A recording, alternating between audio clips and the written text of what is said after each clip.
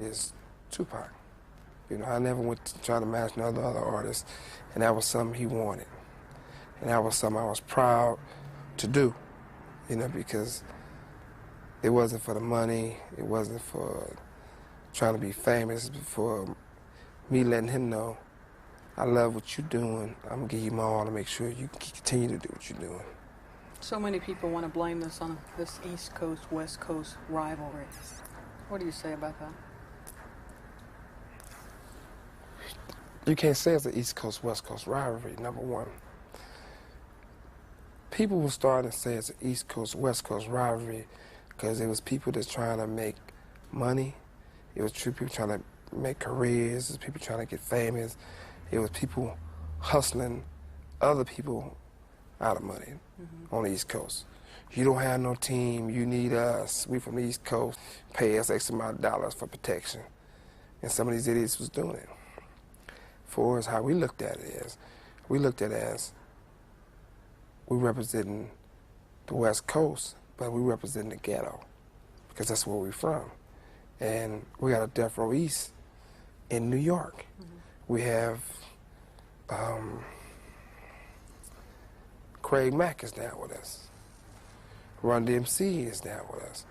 The night at the club, Craig Mack performed, Run DMC performed. Not one West Coast rapper performed. So if it was so much of an East Coast, West Coast thing, they wouldn't be performing there. How do you think, how do you want Tupac to be memorialized? How do you want him to be remembered? Tupac is a man, he's not a weak person. So he don't want to be people to show him his love by tears and passing out. He wants people to be strong and stand up for him. And Tupac's a legend. Like I said, Tupac wasn't born, he was sent to us. I mean, he got the greatest mother in the world, but he was actually sent to her, and she was good enough to let him come to us. And he gave himself to the world. And Tupac will live forever. It's not a day that go by that in music, when music come on, that people won't think of Tupac. It's not movies or nothing. I like to see, and we'll see Tupac be the legend that he is. We all learn from this. I mean, I often say that we learn how strong black women is. I mean, that's been in my head lately a lot. Why do you say that?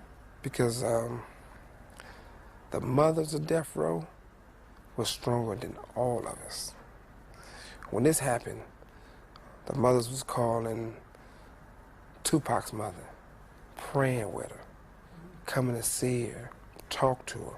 I'm talking about all the mothers on Death Row with their sons or daughters on the label. And they showed more heart than any of us. You know, they was like standing up, we're gonna pray, he's gonna be okay. And when he wasn't okay, you know, Tupac's mother was the first one to say, when you have a memorial, I don't want nobody to wear black. I'm wearing white. Tupac has gone to a better place. He's free now. There's nothing nobody can do nothing to him. And I sat back and I thought, I was like, yeah. Can't nobody arrest him. Can't nobody try to put him down. Nobody fire shots at him. Can't nobody hurt him no more. He's in heaven in a better place. I know he up there getting it ready for me, because I'm coming, you know, because we're all gonna die.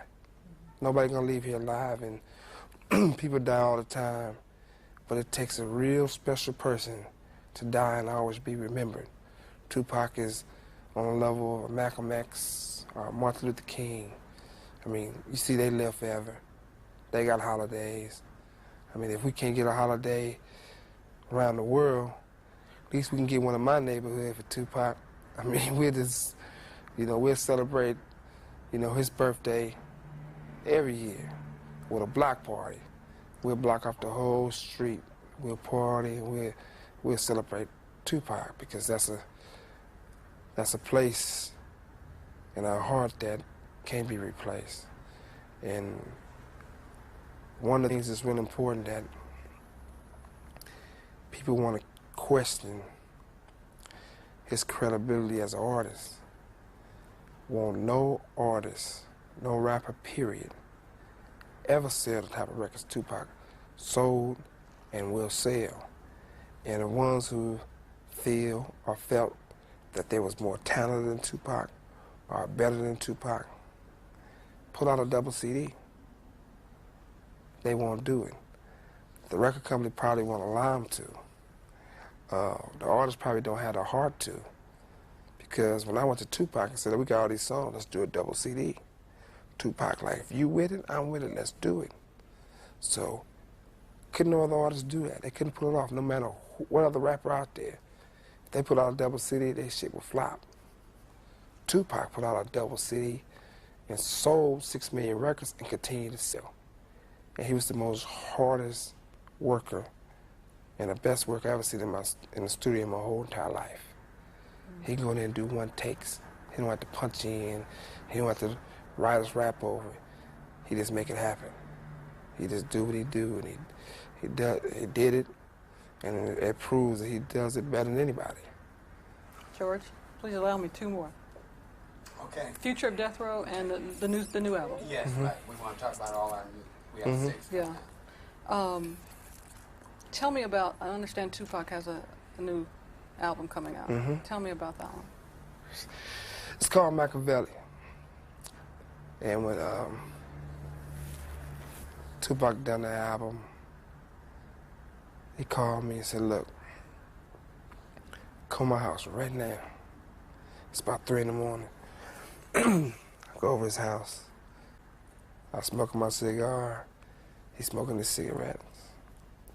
He said, look, I want the album cover to be me on a cross. Because I feel I've been being crucified. I'm here to be crucified like Jesus. He said, I'm not clowning the religion or nothing, but that's what I feel. And I told him, you know, as usual, I'll handle it for you. So I called Whiskey and he and our art department, and they done it. And Machiavelli is like, he feel better about that album than he do All Eyes on Me. Wow. He said, because, you know, I'm speaking so real. I'm coming all the way from my gut to my heart, all through my mouth, telling the people how I feel. And he did just that. Why Machiavelli? Machiavelli? Machiavelli. Why Machiavelli? We have nicknames.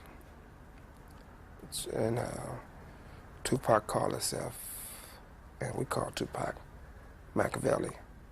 Tupac and my people called me Simon, and that was our thing. You know, Tupac never was like, he would never call me and be like, Suge, what you doing? He'd be like, Simon, what's up? Let's do it. And I'd be like, Machiavelli, what's up? And Machiavelli was one of the greatest generals or war guys around. If you know the history of it, if you pick up the book, Tupac was very, very militant. Talk to me a little bit about what's the future of Death Row now, in light of Dre's departure and now Tupac's untimely death. I'm not saying anything, you know, for trying to put Dre down as a person. Dre's departure wasn't a loss. 2 reasons. I mean, one of the reasons, it was the greatest thing in the world for me. I mean, if you have a multi-million-dollar company, maybe worth $1 billion or so, and you own it 100% and don't have a partner, and you didn't have to give him nothing but his walking papers, that's great. Wow. So that wasn't a negative.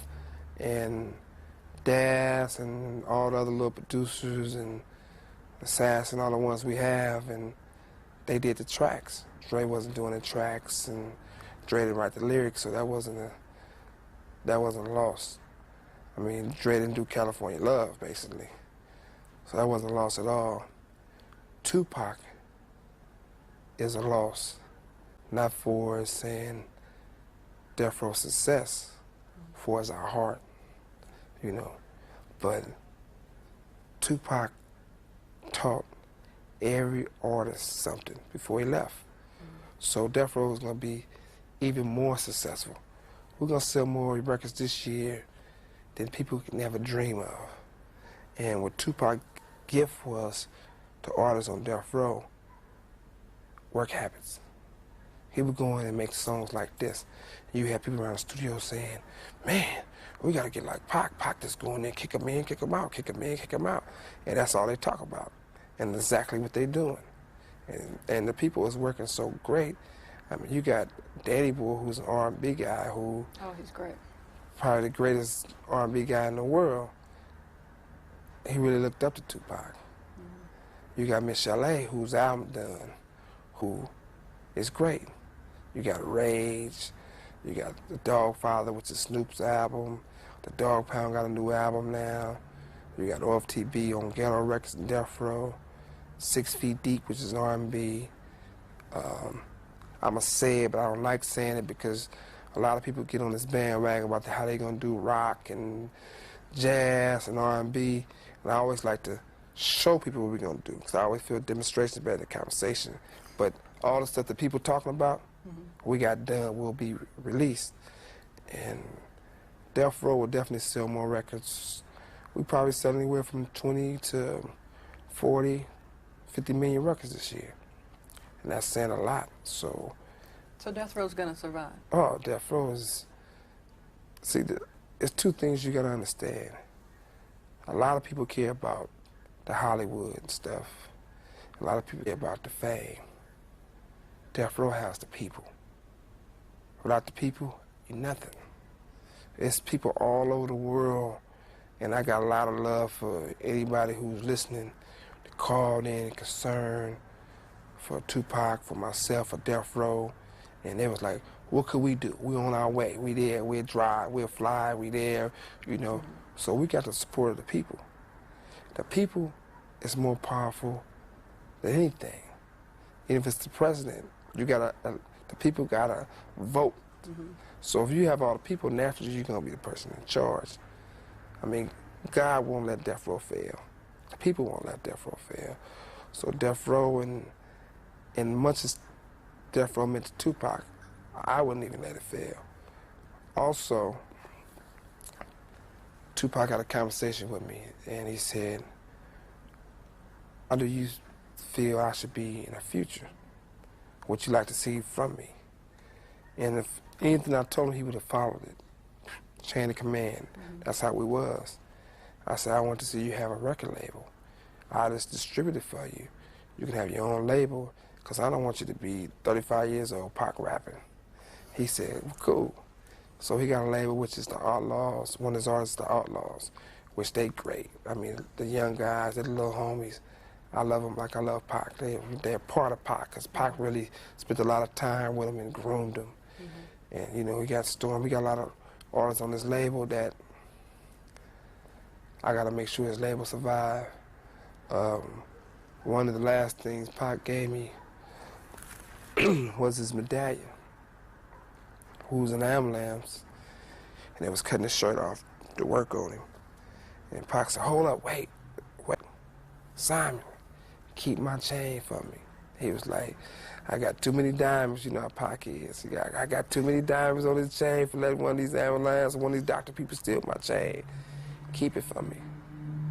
And he said that, and I was on one bed, he was on the other, and we was going this way. I was like, you all right, homie? He was like, all right, homie, I love you. I was like, shit, love you too, fool. You better get better, you know. That's the relationship we had. And for is any negative people out there, to be negative towards Tupac is you call yourself just shitting on the whole black race, because he stood up for the blackness. He stood up for the, you know, power. Not only did he stand up for the blackness, separate Tupac from a lot of black movement people. He wasn't racist. You know, he wasn't the type to say, you know, it's all about black, forget the whites. He wasn't that type. He respected white people and he loved white people. But he knew that we struggle so long as blacks that we have to keep on and work harder. You know, for us, the blacks, we needed more help. And that's what he gave. And he would give his life for that. He gave his life for that. That makes him a legend. That makes him real, real deep. I know that people speak on talent. People speak on death row. And Pac took death row so serious. He came to me and said, "Did you see Dr. Dre? That's not smart." He said, "Dre put out a record. East Coast Killer, West Coast Killer, which the record been out about 2 months now. It's not on the charts. You don't hear it on the radio station. The video is definitely not number one on BET." And he says, that's a, you know, it's like, okay, you make good songs, it's cool. But Pac was the type that 3 in the morning, 4 in the morning, if we ain't together, he finna get a hold of me, or vice versa. "What you doing? I know you ain't sleep. Let's get up right now, let's go in. But what was it Come to about my him? house. Let's go to my house." What was it about him? It's really hard to describe, you know. It was joy. You know, you can have everybody go through it. You can have a long day at the office, a long day at the studio, whatever the case may be, and you like drained, like be pissed off. He finna hit you, call you on your phone, and make you laugh. You know what I'm saying? Be like, "Let's go do this. Come on." You might tell him, "Well, I'm going home." He'd be like, "Well, I'm on my way." "Which house you going to?" Because he knew the houses, and I never thought about this till you just asked that question. Like, he had access to my houses, and I had access to his. I mean, he had keys to my house. You might go there one day and open the door. He already did parlaying, you know, say, "Hey, what's up?" So it was, you know, it was like that. Suge, you must have a heavy heart. I mean, to have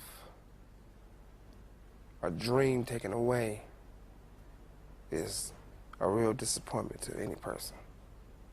You know, that's the most important thing to me. It's like, you know, you go through life and you got a lot of money, you got the material things, you know, you got your family, you got your business, and, you know, you love the people that work for you.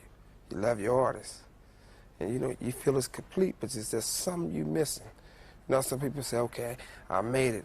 I made money now. I'm considered rich now. I'm successful now." But there's something missing.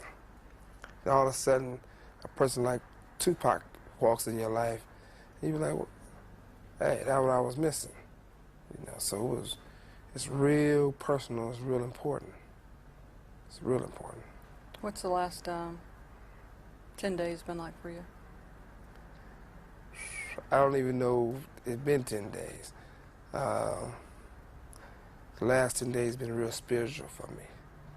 You know, because you go to the point where you want to be with the people you love, but you want to spend some time by yourself. Me, cigar, Pac, you know, and you often have it go into a thought of, you know, of talking to God. And, you know, when I call myself speaking to God or asking questions saying, well, why he's gone, you gotta also thank him at the same time. I mean, it could have been a part of my life that I never ever got to experience. It could have been, he could have never gotten into my life. I mean, when he called me and I went to go visit him in jail, he could have passed in jail before we had the opportunity to do all the stuff we did. To me, if it was 11 months, it seemed like 50 years. Because, I mean, it's like, it was nonstop. It was the greatest joy to me that Pac would tell you. He wouldn't sugarcoat it. He would tell you the truth. Like the first time, which it was things I didn't even know. The first time he ever been to a basketball game in his whole entire life, I took him. And it was the Lakers playing the Bulls, And, you know, we had our floor seats around the floor, you know, with the food and cracking jokes, talking about the players, Robin running ahead, talking about this person, and we'll make a big thing about it. So after the game, he'll grab me and be hugging me and say, man, I had so much fun. He said, don't you know, this is the first time I ever been to a basketball game. So you look back and go, man, that's like you actually done something good. Then, first time I ever been to a hockey game, I took it, which we was on the ice. The first time Pac ever went to a fight in his whole entire life, the first fight we went to was the Holyfield and the Riddick Bowe. And I think we had more fun hitting each other, shaking each other, laughing, and people probably had more fun watching us than the fight. So it was an honor to me to be able to have a little brother like that, to show him stuff that I didn't have nobody to show me. You know, he was more than an artist. Definitely more than an artist.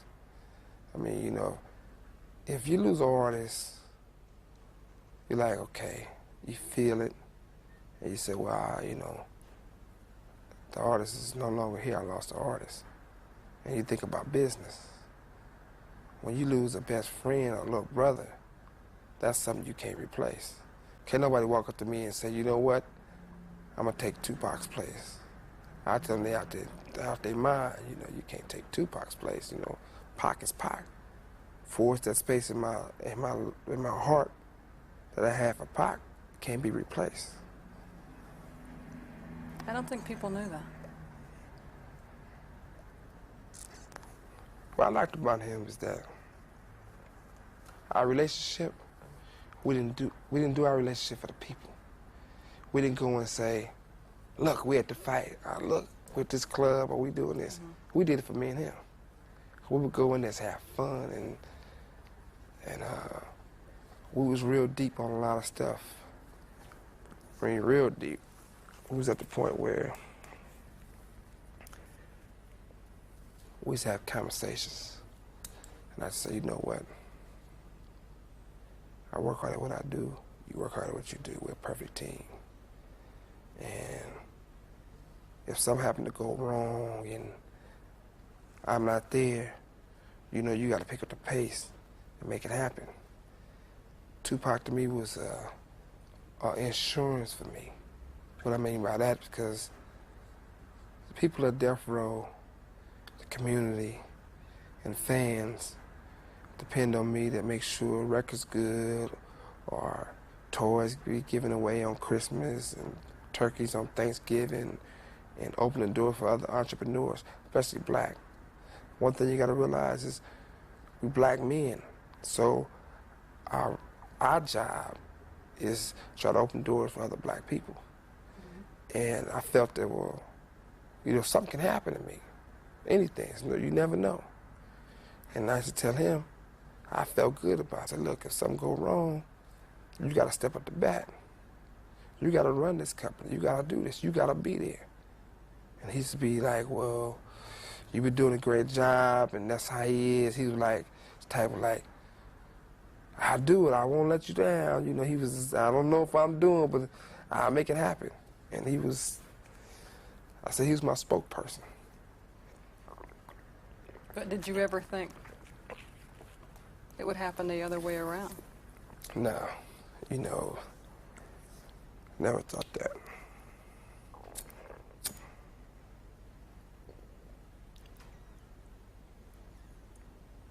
You say you've been very spiritual the last 10 days. Mm-hmm. Can you share some of your thoughts? There's no negative thoughts. It's just thoughts that you thank God for that person in your life. You wonder why that person, you know, is out your life. And, you know, when a person hurt, you say stuff like, God, if he'll be all right, you can have the money, you can have the cars, you can have whatever, the material things. You can have my business. You know, I'm willing to start all over and be homeless for him to be okay. I would, you know, give up anything. It got so deep to a point where you would give your life. And I would have gave my life. I mean, if I could have walked in and somebody said, you know what, you got one choice. You switch places. I would have did it. You would have taken those bullets? Yeah, of course I would have taken the bullets. When I heard the shots being fired, Pac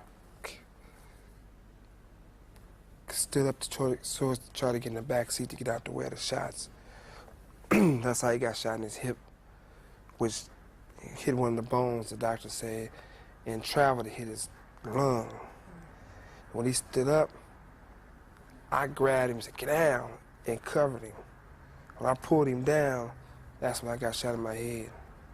And there's not one thought that, you know, would say, well, maybe I shouldn't have tried to do that or anything like that. I would have took every last one of them. And if I would have gave my life for him without a question.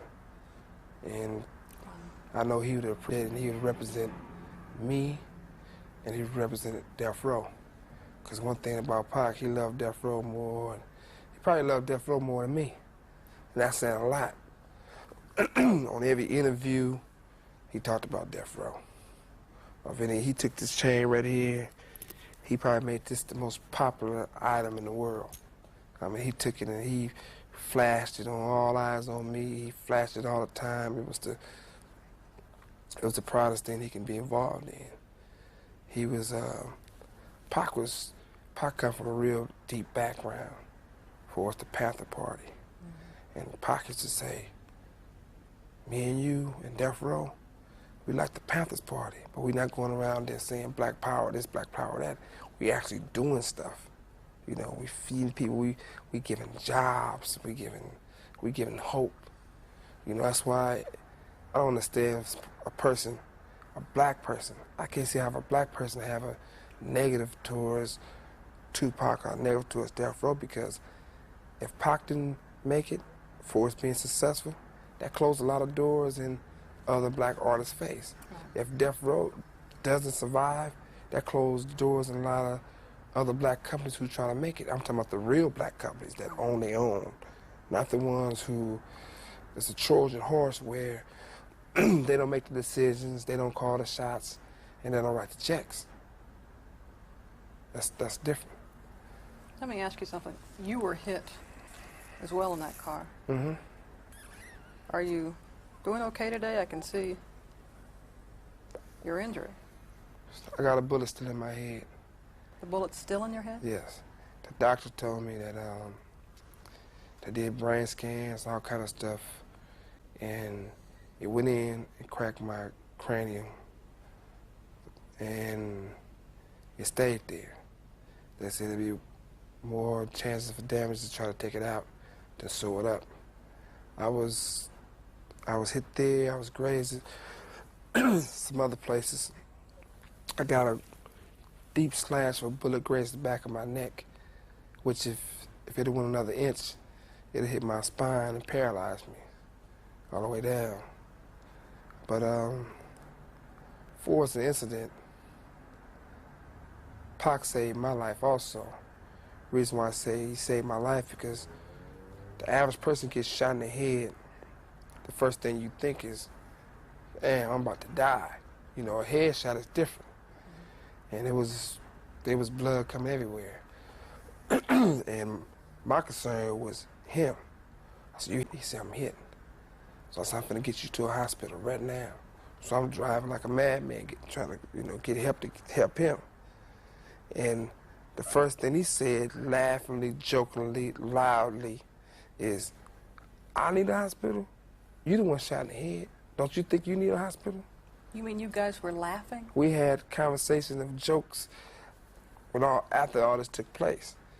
And I think that kept him there, and it definitely kept me there, because when you got two people as tight as we are, and it's concern See, my thoughts wasn't, is Suge okay? My thoughts was, is Pac okay? And for the conversation he told me, is his thoughts wasn't it was Pac okay, it was I okay. Because he keep telling me, I don't want to need to get to the doctor. So that's real, real deep that I don't think it's probably two people around would do that type of stuff. Suge, do you wonder how you were able to survive and why you survived? It's like you said, most people get hit in the head. I think God was ready for me to stay here. It wasn't my time to leave. I guess there's a whole bunch of good I have to do before it's time for me to go. Maybe Pac did more good to me. Maybe Pac's job was done. Maybe I felt Pac was sent to us. He wasn't like brought to us. I felt that God sent Pac to the earth to do certain things, and he done them. And he represented us, not only me, I mean people in general. And he probably did so much good and made so many things happen that it was time for him to make better things happen in heaven. And for me, maybe I got a lot of more stuff to do. I mean, I don't know. I'm not God. I'm not trying to be God. In a way, you know, when you have pain in your heart, you feel like, shit, let me go with my homie. And then we lose. But by me still being here, Pac's gonna live forever.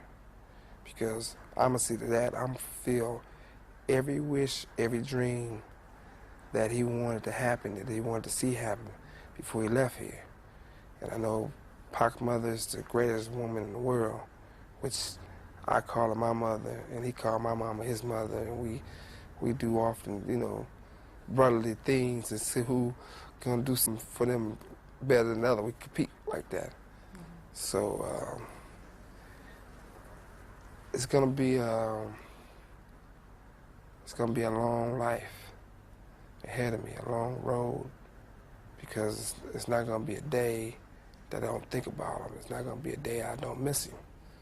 So I put his name on my body, on my arm, which is, you know, say Tupac. Which one? The left one. The left one. Show it to us later? Yeah. All right. What, how do you think, let me change gears here.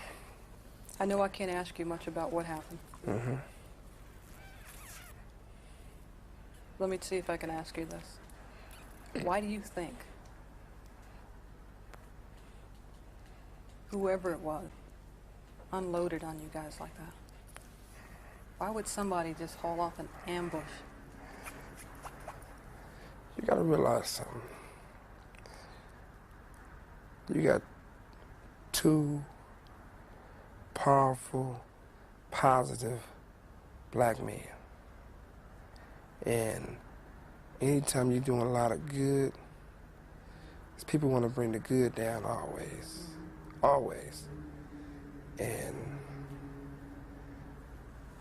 you never know. You never know what the person's motive was. You never, I know whoever it is, they're regretting it. Why do you say that? The conscious, the unknown. I think it was just confusing for the world to see Pac go that way. I know a lot of people try to, I don't know Vanessa Williams, but I heard they interviewed her. I don't know if it was you, the news, and she stated that they asked her how did she feel about Tupac, the incident, and she said you reap what you sow. And to me, for a woman to say something like that, a black woman who the black community stood by her when she was Miss America and she was known as a hoe and had nude pictures everywhere. We didn't turn our back on her. Right. We still bought our records. We bought her records that made her get back in the game and allow her to get back into being an actress. And that's real negative. Even though if it might be facts, we don't go and say nothing negative about her and say, okay, bam, she having sex with Arnold Schwarzenegger, which the world knows. You know what I'm saying? There's no puzzle. And we don't say nothing like that because we always be so positive. And people felt that Tupac or myself attacked people. Pac only attacked the people who wasn't right with the community. That's how he really felt. If it was a rapper who was fake and they were only doing it for the money, Pac attacked him. If it was a rapper that messed with guys and go both ways, Pac didn't feel that was good. Because Pac felt he was real serious about the music. So if you're a producer or you rap, and regardless if you're married or not, and you got a boyfriend that works for you, a real boyfriend who used to be a dancer, Pac studied all the facts. Pac was real smart. So before he say something, he'd go and do his homework. He'd say, okay, this guy right here, they say he gay, he go both ways. I'm not gonna put it out there on him yet, but I'm gonna do my research, and if it's true, the world should know.